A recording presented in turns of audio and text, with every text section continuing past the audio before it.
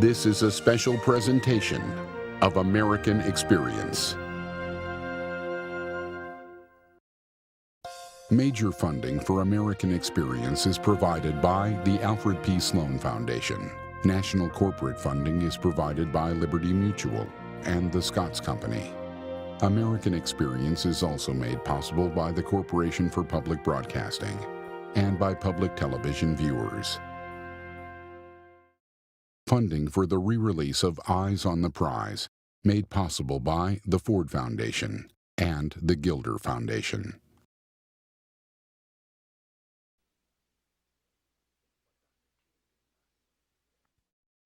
I know the one thing we did right was the day we started to fight. Keep your eyes on the prize. Hold on, hold on. Keep your eyes on the prize. Hold on.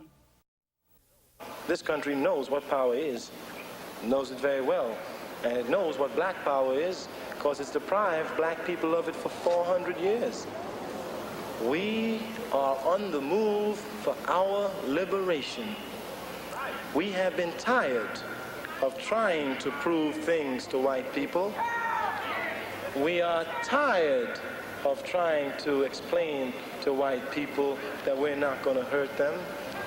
We are concerned with getting the things we want, the things that we have to be able to function. By 1967, the freedom movement was changing course. Black people seek power, and they must have power to change the conditions under which they live. Across the nation, black men and women struggled for control of their lives. Through the ballot box, on the street, in the schools. The call for power challenged the established relationship between blacks and whites in America. Are the people of Cleveland willing to vote for a candidate for mayor who has the best qualifications, who has the best program, who has the philosophy of government and its relationship with people, but whose skin does happen to be black? 15 million black Americans lived in the cities. Yet in 1967, no major city had ever elected a black mayor. Determined to break with that past, the black community in Cleveland, Ohio launched a voter registration campaign to support Carl Stokes. Well, we thought a black mayor could do as well as some of the white mayors had done, and we certainly thought it would be an improvement in police-citizen relations, because at that time they weren't too good. And we thought maybe he could do something about housing. We thought he would have the interests of the blacks more at heart, which the white mayors didn't seem to have particularly. 2 years earlier, Carl Stokes, an Ohio state legislator, had run for mayor and lost by a narrow margin. White voters had not supported a black candidate. Now, some were saying he might save the city from the unrest erupting in other urban areas. Cleveland had seen the fires. A violent uprising in the black neighborhood of Huff had claimed 4 lives and destroyed hundreds of homes and businesses. In the Democratic primary, Ralph Locher, the incumbent mayor, was Stokes' major opponent. We can't solve our problems so long as we have disrespect for law, so long as we have anarchy, and so long as we thumb our nose at law and order. With that in mind, this council and this administration has added 234 additional police to our force, and we've said to the hoodlum, we're going to run you out of town and we're going to have law and order in this city. Mayor Locher sought to reassure the city there would be no repeat of the disturbances in Huff. Locher's administration was also marked by industrial decline and rising unemployment. Housing for 1/3 of Cleveland's residents was considered substandard. But for some, these were not the major issues of the campaign. This election seems to have a lot more interest than a lot of elections in recent years. Why do you think so? Well, I guess it's the racial point. What is there about Locher that, you know? Well, I like what he's done, and just like he said, I think he'll find the mistakes he's made and won't make them again. Well, why wouldn't you give Stokes a chance?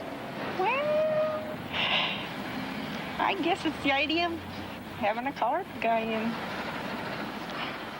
The realities of being elected mayor of the city of Cleveland, which was 35% black at that time and 65% white, and white Eastern European ethnics, was that you couldn't run a civil rights campaign here. You had to run a straight political campaign in which you blurred or eliminated the racial distinctions as much as you could. Do you feel that you're making any progress with him? I wouldn't be out here tonight if I didn't believe that. Hope I made it with you, for instance. You already had me. Good luck, good luck. I want to tell the gentleman in the back that all of us ladies, we pick our lipsticks by color, sometimes our dresses, but we don't vote that way. We study the candidates. I believe that. Civil rights was a movement where people believed that they could change the way people were treated. And in the Stokes campaign, while it was a political campaign, it had a candidate and became a campaign that stood for that kind of change. Cleveland was just over 1/3 black. Stokes needed to win white support and increase voter turnout in the black wards. We knew we had the votes, but we had to get them out. It's one thing to have them, but to have them just sit there. So we organized block by block. By late summer, the registration drive had added 30,000 black voters to the rolls. But with the primary only weeks away, campaign workers in the black neighborhoods found they had another battle to win. There was a certain segment of people who had this negative attitude. They felt, well, this just can't be. The people just won't elect a black man. We were in a motorcade coming down East 55th Street, and my wife Shirley and I were sitting on the back seat of the convertible, and a little black kid that was maybe 8 years old, probably, came up to us as we were stopped at a traffic signal, and he said, "Are you Carl Stokes?" And I said, "Yes." And he just gave a little leap in the air and ran down the street clapping his hands, saying, "He's colored, he's colored, he's colored, he's colored." I thought that sort of caught the sense of pride that I felt as I went through the black areas of the city of Cleveland. If you had a choice of colors, which one would you choose, my brothers? If there was no day or night, which would you prefer to be right? Don't vote for me because I'm a Negro. But God knows, don't vote against me because I'm a Negro. Here? We ain't what we want to be. And Lord, we ain't what we're going to be. But great God, we sure ain't what we was, Lord. Thank you. On primary election day, blacks voted in record numbers. Stokes supporters knew that victory was within reach. We went back to the campaign headquarters, but it was a very difficult job even getting close to it. The campaign headquarters that I had opened months before as an empty, barren place was now just surrounded by people far out into the street, and there was dancing in the street on Superior Avenue.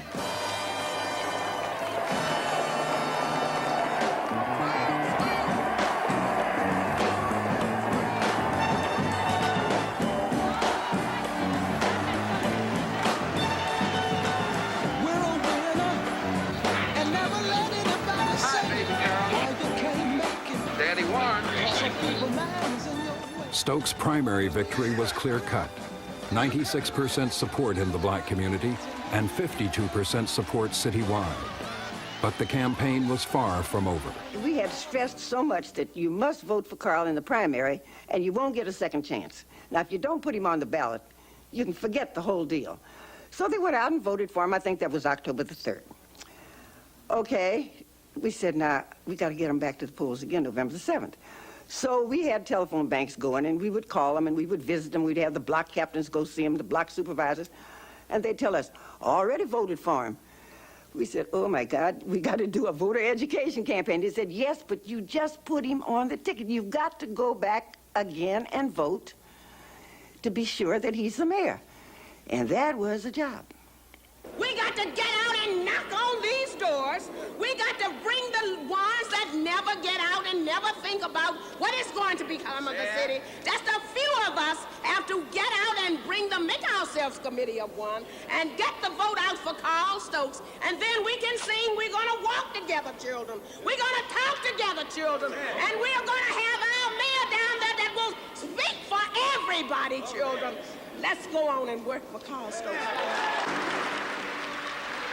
In Cleveland, 80% of the voters were Democrats. Winning the Democratic primary usually meant certain election. But white voters were moving to the Republican candidate, Seth Taft. So right after the primary, we just had thousands of people marching into our headquarters saying, we want to campaign for you. We think you're the great guy. They'd never heard of me before. But so we had it made a very uncomfortable situation, I can assure you, when a whole batch of people rush into your headquarters and want to work in your campaign when you don't like their motive. We fired a whole batch of them and went out and campaigned saying, hey, you wouldn't want a black mayor of this city, would you? And we got rid of everybody we could of that sort.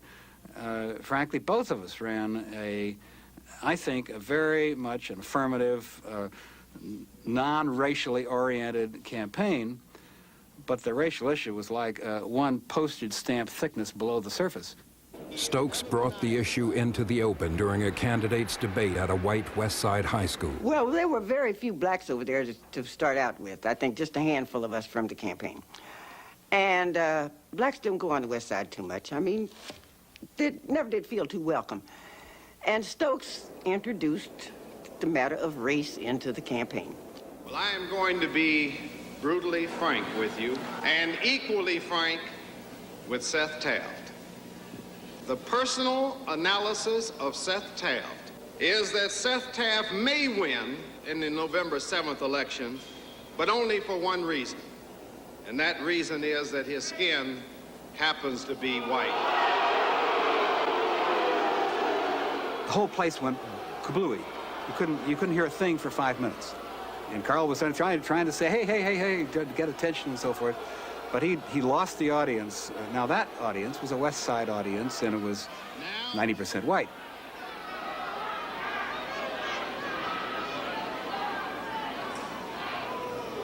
Seth himself has attempted to bypass this so-called black-white issue. But in practically every public utterance he has made during this campaign, he not so subtly points out that, quote, Carl Stokes has more experience than Seth Taft at being a Negro, well, which is true. And he goes on to say that Seth Taft has had more experience at being white. Well, now, if this is not some kind of subtle appeal, then why continually bring it up?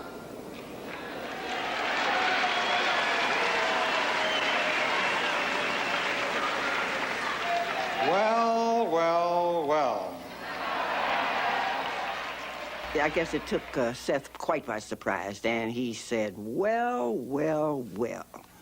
I guess if you don't vote for Carl Stokes, you're a racist, and our hearts just sank, because that was his very best remark of the whole night. And I'm sure that by Carl introducing this into the campaign, caught him by surprise, but he certainly rose to the occasion. You can believe that. And it scared us to death. It seems that the race issue is with us. Now it appears that if I say something on this subject, it's racism. If Carl Stokes says something about it, it's fair play. The debate was a turning point. Opinion polls showed large numbers of undecided white voters moving to Taft. With 15 days left to campaign, Taft reached out to the white West Side. Hello there, sir. It's Seth Taft. How are you? For whom do you intend to vote for? Taft. Taft. What do you feel the major political issue is? Race, crime, urban renewal? Well, I'd say crime. Crime? And I want you to know that all the Slovak people are for Seth Taft for mayor in this town. Good. And this is the way they say it in Slovak. Ja som pre Seth Taft pounias najlepší chlop, co môže byť. U celej Clevelance a bude mayor. Stokes struggled to hold on to his white support. But as he continued to slip in the polls, he returned to the black community to make his appeal.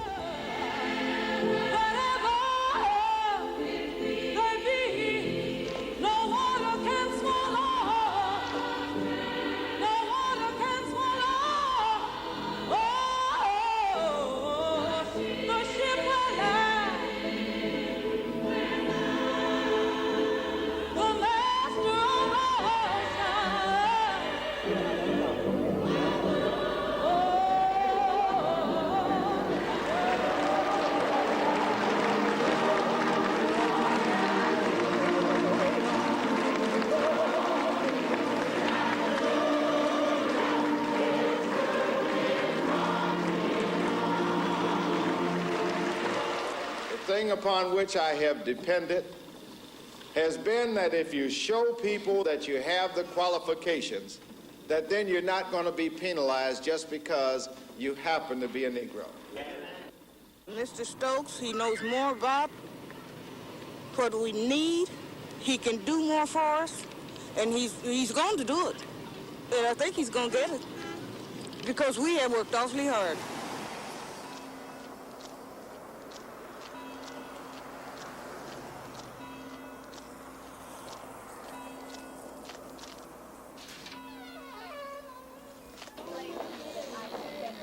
We never gave up hope because I guess we were very loose in this endeavor because Carl B. Stokes had brought more unity amongst the people of Cleveland than I had ever witnessed.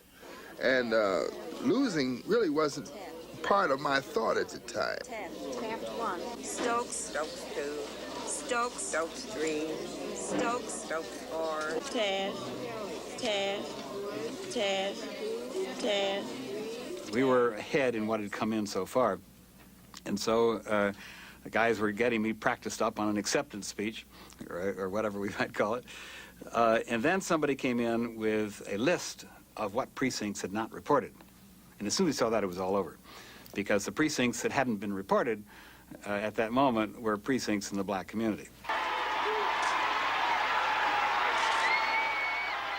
At 5 a.m., the final tally was announced. By a narrow margin, Carl Stokes had been elected mayor of America's 10th largest city. How's it feel? It's a wonderful moment.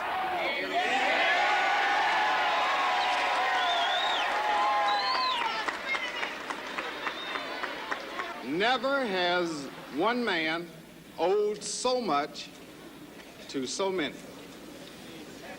Those of us who were Polish, Hungarian, Croatian, Romanians, Negroes, Germans, Irish, all Jewish, yeah.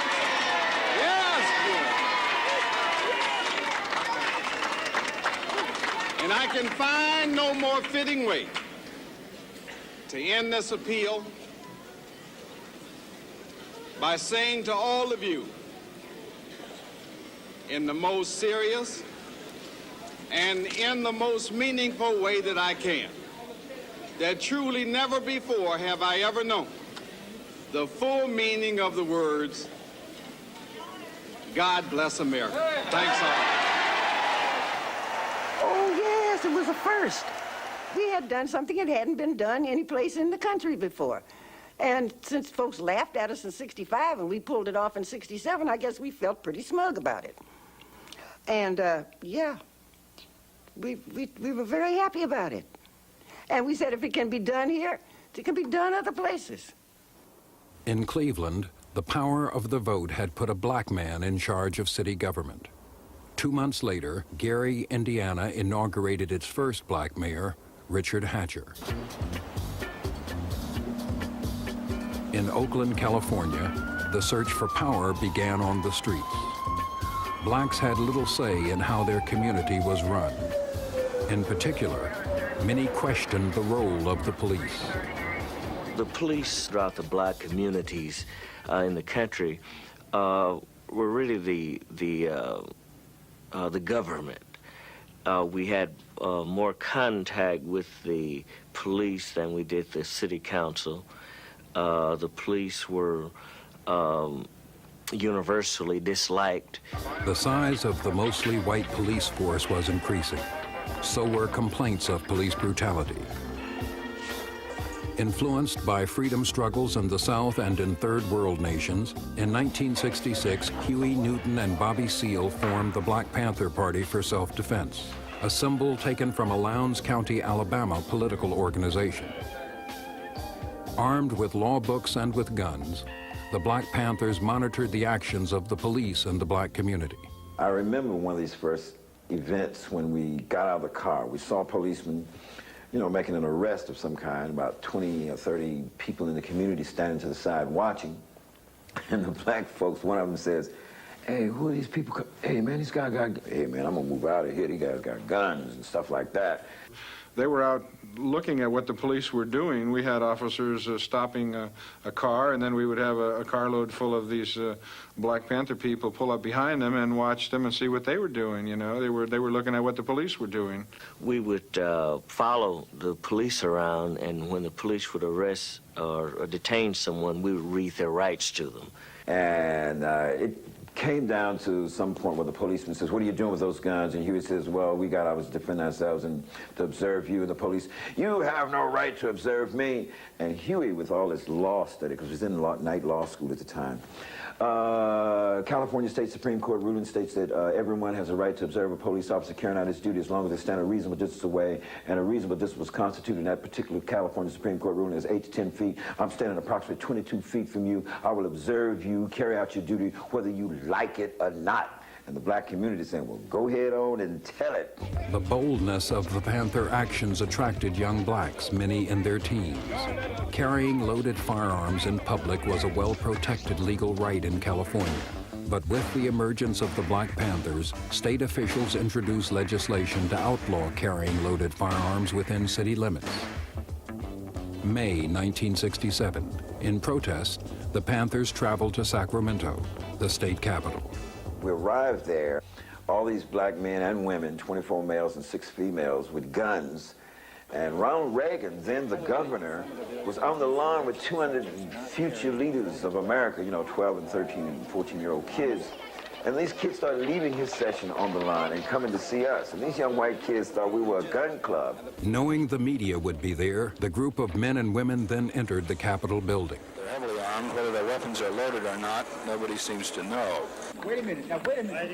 Wait a minute. Are you under arrest? Am I under arrest? Am I under arrest? You place him under arrest. Go ahead. Am I under arrest? Take your hands off me if I'm not under arrest.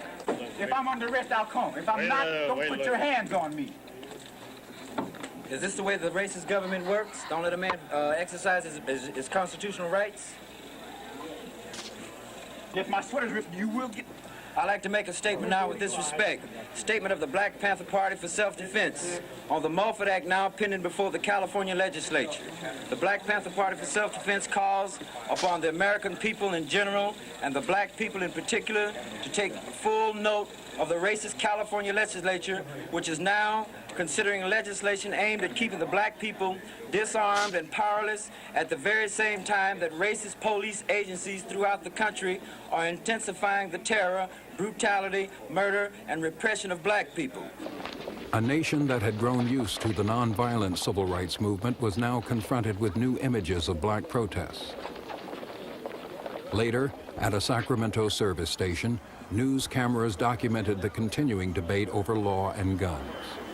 Ain't no sawed off. That's a rad shotgun just like yours. You don't know the Constitution, right? Sure we do. We're well aware of the Constitution. You have no right to take my gun away from me. You break the Constitution right. The pamphlet says that the Black Panther Party for Self-Defense calls on the American people in general to take careful note of the racist California legislature. Why do you believe the legislature is racist? Don't you know? You're a part of it, and you're obviously, it's a white system. It's not obvious to see where we at. Do you believe everything that's in that pamphlet? The pamphlet speaks for itself.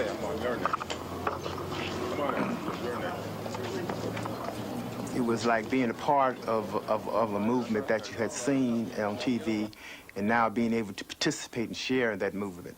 When you heard talk about Malcolm, seen Malcolm on TV at that time, you had heard and talked about Stokely Carmichael, Rap Brown, and SNCC, and what have you, and all the different things that were happening. And to become a part of a movement that had encompassed all your different concepts and ideals in its own creative way, it brought a sense of pride. But there was the doubts and the fear of whether you were going to survive or exist, but which became a part of your makeup, and you went on took care of business the way you had to. The Panthers had not violated California gun law. They were charged instead with disturbing the peace. 6 Panthers, including Chairman Bobby Seale, were convicted. Well, as Chief Deputy Attorney General, I'd had experience, and the Department of Justice, the state of California, had experience in the 1960s, prior to this time, with a variety of nut groups, both extreme left and extreme right, who were running around with guns thinking that they could solve the problems of California and the world through direct militant action. And we were and had been well informed, and in some cases had surveillance upon extreme groups that carried weapons.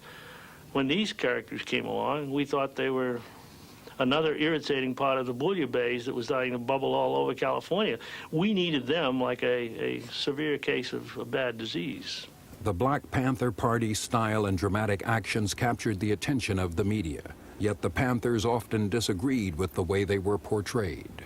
The Examiner made a report back here in the last Sunday's paper that we were anti-white, that we hold no bones, this is a quote, pick no bones about being anti-white.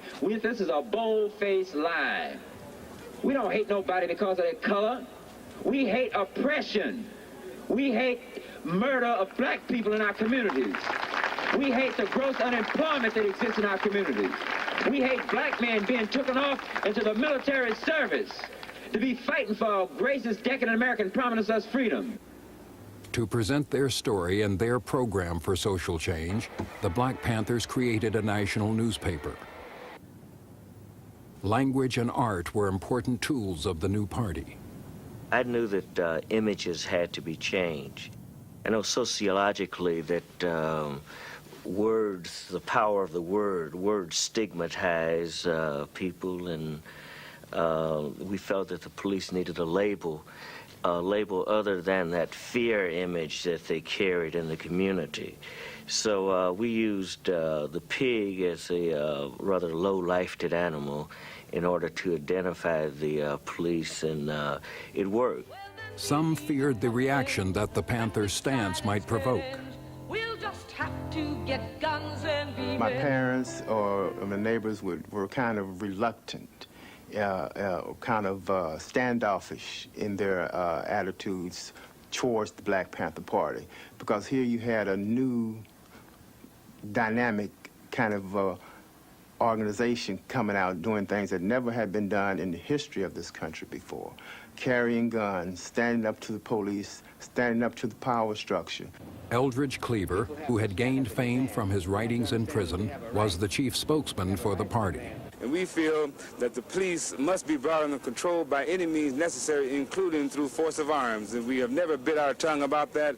We say it now loud and clear. We will always say it. We're not afraid to say it, that these racist Gestapo pigs have to stop brutalizing our community, or we're going to take up guns, we're going to drive them out. We were advised by our sergeants and lieutenants and captains that the Panthers were armed and violent and were going to be aggressive in their behavior towards us. We were advised to be aware of that.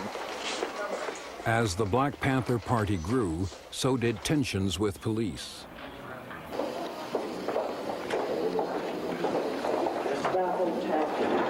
In October of 1967, a year after the party's formation, Huey Newton was shot in the stomach in a confrontation with police. Police officer Herbert Haynes was also seriously wounded. Officer John Fry died from gunshots believed to be from a police revolver. With the death of a policeman, government pressures on the young organization intensified. Newton was charged with first-degree murder. He maintained he had been framed. In America, black people are treated very much as the Vietnamese people or any other colonized people, because we're brutalized. The police in our community occupy our area. Our community as a foreign troop occupies territory. The Panthers seem to be in deliberate, open, provocative confrontation with the police departments in their early periods. They used revolutionary language, provocative language, and seemed to be deliberately seeking to confront established authority, particularly police authority.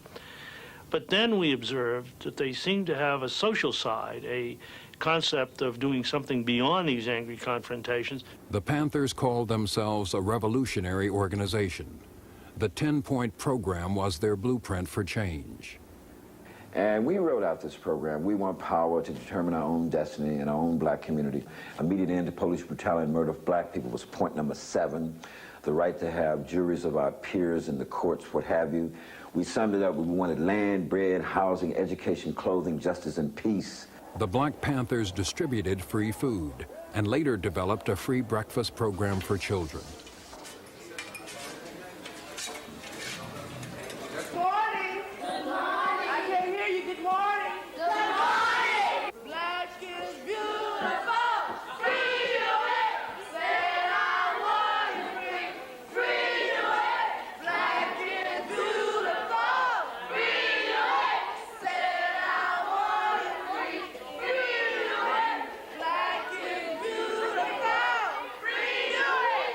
The idea was obviously twofold, for the specific purpose of serving those people who were directly benefited by our programs, but also secondarily to influence the minds of people to understand not only that the Black Panther Party was providing them this, but more importantly that if they could get food, that maybe they would want clothing, and maybe they want housing, and maybe they'd want land, and maybe they would ultimately want some abstract thing called freedom. Around the country, particularly in urban areas, young black men and women formed local chapters. The party grew much too rapidly because many of the young people were very enthusiastic about the guns and about the berets, but they knew little about the community programs that were really our reason for existing. The growing party still faced the dilemma of having its leader, Huey Newton, in prison. Court proceedings attracted national attention, bringing support to the Panthers from an alliance of white and black political organizations. You're obviously in good spirits, Huey. Why? Because I have the people behind me, and the people are my strength. Huey's mother's here. Newton.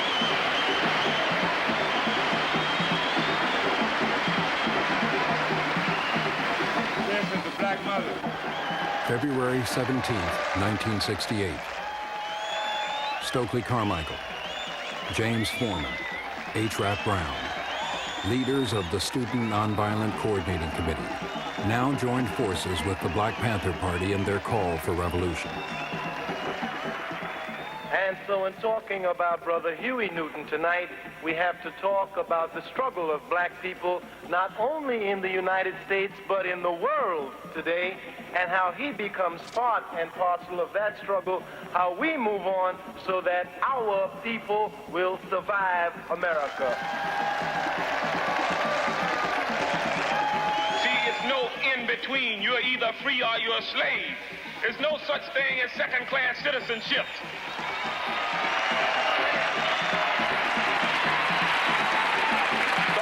Politics in this country that's relevant to black people today is the politics of revolution. None other.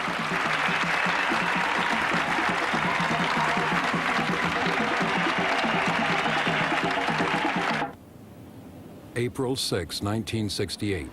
A gun battle on the streets of West Oakland. 5 men were wounded, 3 police officers and 2 Panthers. A third Panther, Bobby Hutton, age 17, was shot to death. Black people are now to organize in a fashion where we have maximum retaliation against all forms of racist, police brutality, and attacks. What changes have there been in the Black Panther Party since the gunfight last weekend? What you mean, what changes? We have a black man that's dead, murdered by pigs. That's a change.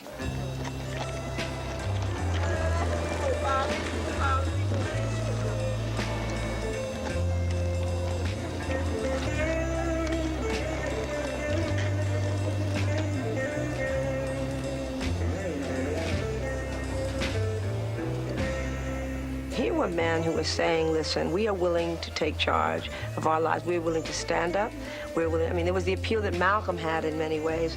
They had a certain subjective appeal to my psyche and to my emotional need to say, yes, there were men in this world who cared, black men, who cared about the community and wanted to do something and were willing to take it to the last degree. In the fall of 1968, 2 years after the party's founding, Huey Newton was convicted of manslaughter in the death of police officer Fry, a conviction which was later overturned. With chapters in 25 cities, government surveillance was increasing. The membership of the Black Panther Party had reached several thousand and was growing.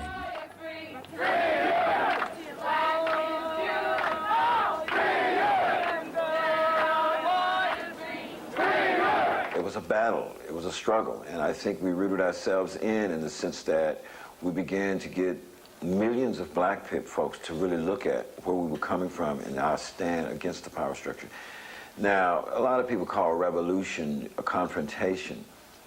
Really, what you and I meant by revolution was a need to revolve more political power and economic power back into the hands of the people. That's really what a revolution is.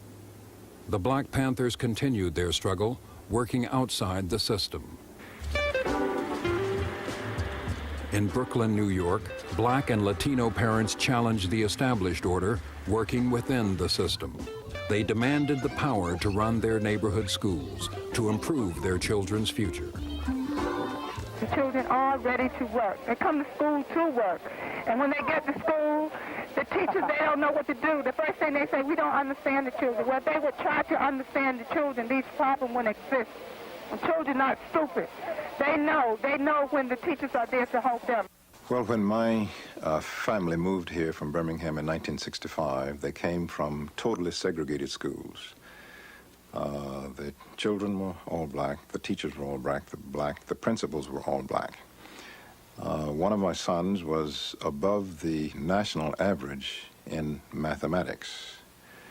But when he came to the schools here in Brooklyn, within 1 year, he was flunking math. And I went to the school to find out why. The teacher said my son was doing fine.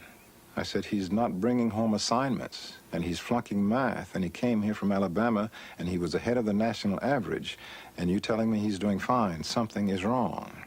In New York City, only half of the children in black and Latino neighborhoods finished high school. To make the schools work for their children, parents in the Ocean Hill-Brownsville section of Brooklyn planned to take charge.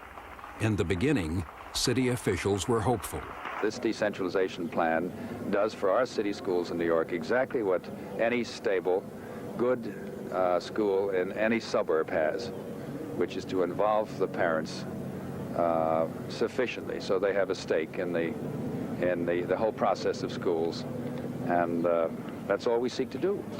In 1967, with support from the Ford Foundation, the city made Ocean Hill-Brownsville an experimental district. An interracial governing board, elected by the community, chose educator Rhodey McCoy to lead the experiment. He became the first black superintendent in New York City. The black people in this community have assumed the responsibility for their schools to try to improve and set the stage for quality education in an urban setting. And this was what the experiment was designed to do, and this is the reason that the parents became involved. It was a joy to go to a board meeting. Not only were the board members present, but the community folk were sitting around. And they had as much input as the board members. And it was always on a positive note. How do we help the youngsters? Before the experiment, 4 out of 5 teachers in the district were white. Now younger teachers, a number of them black, transferred to Ocean Hill-Brownsville. The students, 95% black and Latino, responded. You felt more accepted. You weren't the outsider in your own school. They were a part of your environment. I mean, they were black. You can identify with them, and they can identify with you. It's as simple as that. There's no big mystery. At first, the newly formed teachers union, the United Federation of Teachers, supported the experiment. But with administrative decisions now being made by the community, the teachers were worried.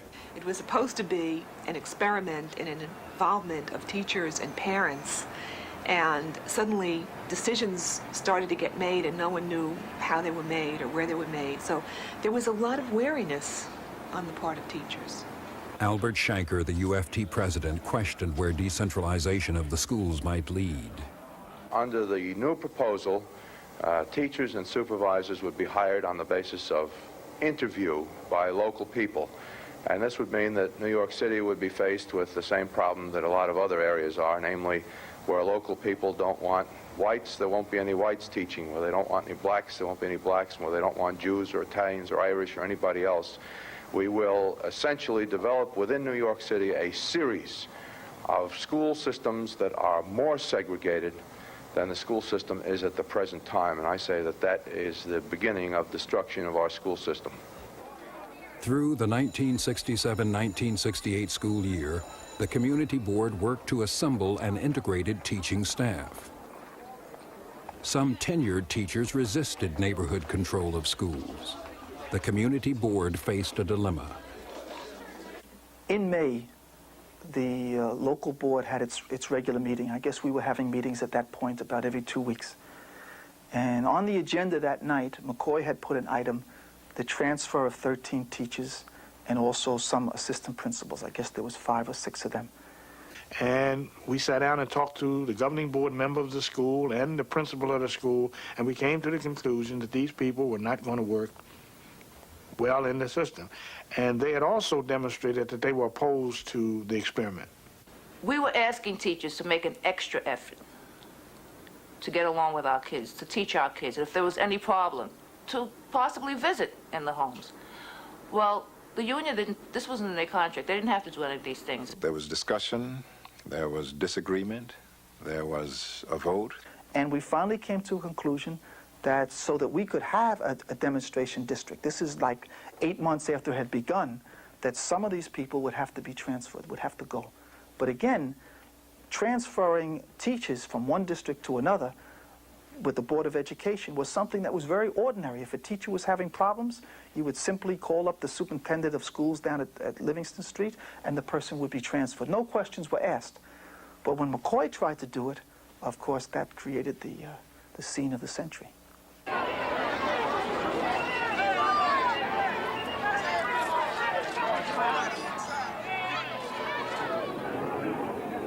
The teachers argued that the transfers were illegal.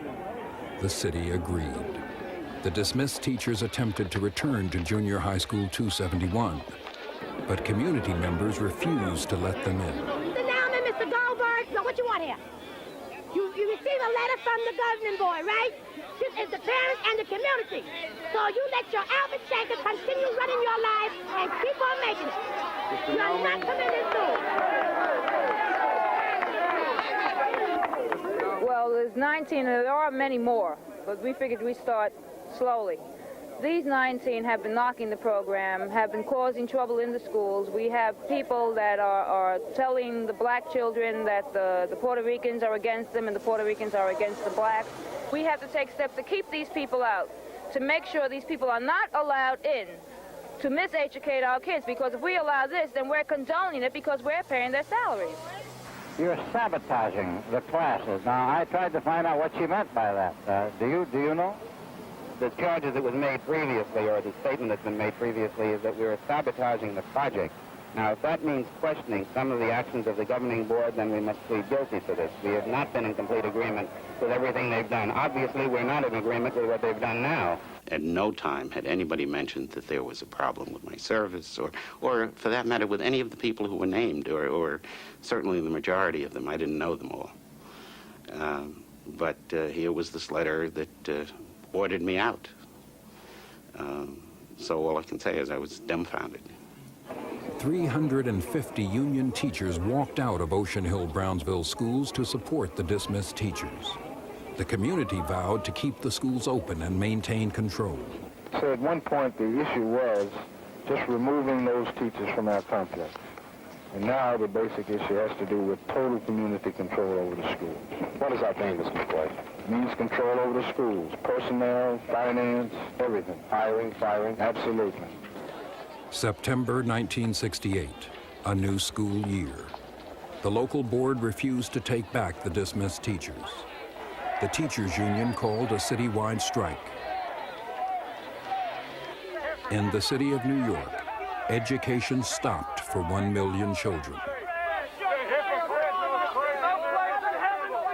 But in Ocean Hill-Brownsville, many teachers, black and white, crossed the picket lines in defiance of the union.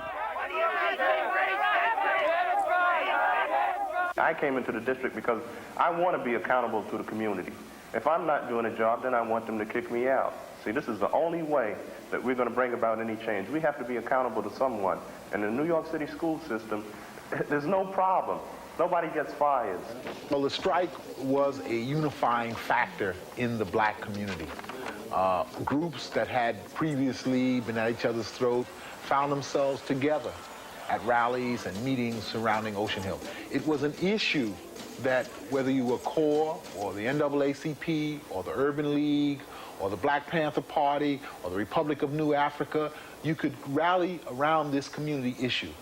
Everybody understood the importance of black children receiving a quality education. During the strike of 1968, during the fall, probably the place that I spent most of my time was in front of 271. And the scene that I remember there most, and I've often thought of it, is a scene of children coming to school with their books, very intent, and I think they also understood the politics, just what was all going on here. We came in from the Howard Avenue side, and we had to go through barricades to get to the school, and you'd look up, and on the rooftops across the street from the school, the cops were with the helmet gear, and the playground was converted into a precinct. And walking up to the school, you have just mass confusion. You have the community people out there. You have the UFT. You were just amazed. You couldn't believe this was happening, you know, and you just went to school. The teachers who remained in the classroom looked for new ways to teach the basic skills. Some also brought a new cultural awareness. And today we're going to talk about the Yoruba culture of West Africa. We can trace, if we could trace our ancestral line back, most of us would go back to the Yoruba tribe. All right.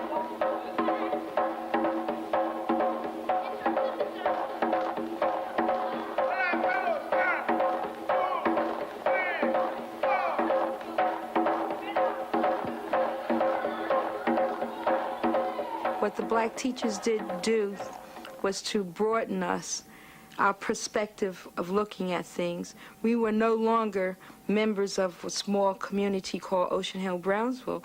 We were broadened to W.E.B. Du Bois, his readings, Langston Hughes, Malcolm X, Marcus Garvey, H. Rap Brown, Mao Zedong, the Red Book. I mean, we became international. And it was a good thing because black people are the third world. The third world is much larger than European history. Outside of New York City schools, the battle was escalating. Community members questioned the union's commitment to the children. Union leaders charged extremists had taken over the experiment. I think the public sees what's going on. Every single parent in the city of New York understands that if Mr. McCoy and the Ocean Hill-Brownsville governing board succeed, that they will be next, that there will be people in their own communities who will see this as a model of success and move in and take over these institutions. The city ordered the community board to allow the union teachers to return. Neighborhood leaders declared the community would decide. The community has said it already. They don't want them there, so that means they're not coming in. Is that because they're white? I don't know. You'd have to ask the governing board. If it was left up to me, they wouldn't be letting them simply because they weren't white, right? You would keep them out? Right, I certainly would. Why is that? Why? Because I don't think that any white person is interested in giving black children education. That's my particular feeling. What if they persist in trying to get in here? Well, by whatever means necessary, they're going to be kept out. The teachers' union accused the community of anti-Semitism. In a city with a Jewish population of over 1 million, the charge carried enormous political weight. Although many Jewish teachers crossed picket lines and continued to teach, the accusation threatened city support of the experiment. It is a well-known fact that the overwhelming majority of the teachers in New York City are of the Jewish faith. We have become the butt of their resentment, and it is, I think, but one simple step from resenting white people to resenting Jewish people, since most of the teachers are Jewish. I didn't feel then, and I don't feel now, that anti-Semitism was a major part of that situation. It was a black-white confrontation. A lot of the teachers involved were Jewish, so some people drew that conclusion from the start. Reverend Oliver, what about the business of anti-Semitism?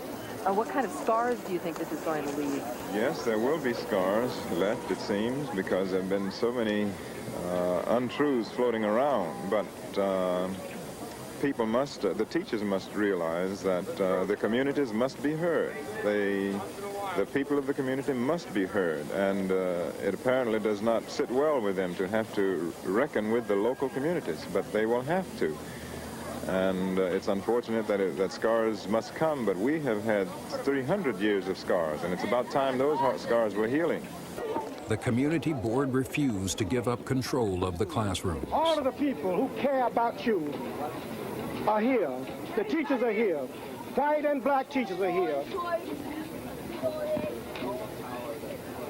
There are some white teachers who are supporting us.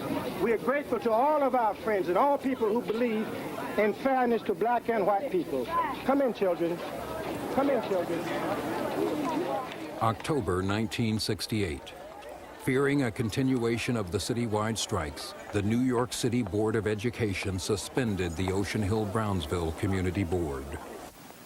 Mr. McCoy has indicated to me clearly that he intends to obey the directions of the suspended Ocean Hill-Brownsville School Board and not those of the Board of Education or the Superintendent of Schools. It is necessary, therefore, for me to relieve Mr. McCoy of his duties. Confrontations broke out in other New York neighborhoods as blacks and Latinos protested the city's withdrawal of support for community control of schools.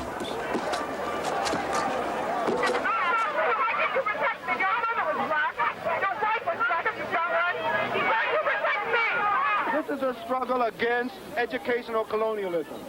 They took over the school again. We were here with our people trying to run our school. Now, in defiance of that, the white community has said, you got to cool it, man, until we can give it to you. They're not going to give us a darn thing. We're going to take what belongs to us. Right. We're going to take what belongs to us. The city and the teachers' union agreed. The experiment must end. The community board's power was taken away. But in the neighborhoods, many were moved by the struggle of the Ocean Hill-Brownsville community. From New York's 5 boroughs, thousands marched to City Hall in support of community control of schools. There was a lot of disappointment on the parts of all of us, and I think we felt extremely bad. We had put an awful lot of effort into this.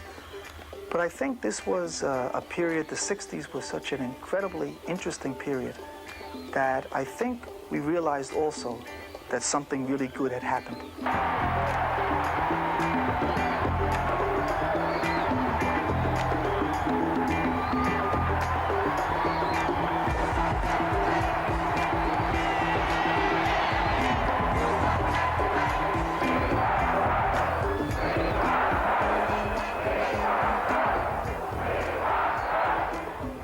Got to understand that these were community people who were disenfranchised with the system, who were nameless and faceless, who had never been incorporated and included, even though their children were mandated to go to school.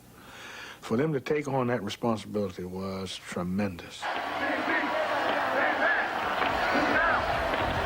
The demonstrators then headed across the Brooklyn Bridge to march to Board of Education headquarters in support of the community of Ocean Hill-Brownsville. There was a lot of people yelling black power, power to the people. Power to the people I like. Because I think that what we were going through, any poor neighborhood, regardless of the ethnic makeup, is going through the same thing. So I like power to the people. People really needed to have some power, and we really needed as a school board to have power. It was 1968. Communities across America, each choosing different paths, organized in the struggle for power. Power to the people was a promise as old as the nation. Now new voices demanded that the promise be fulfilled.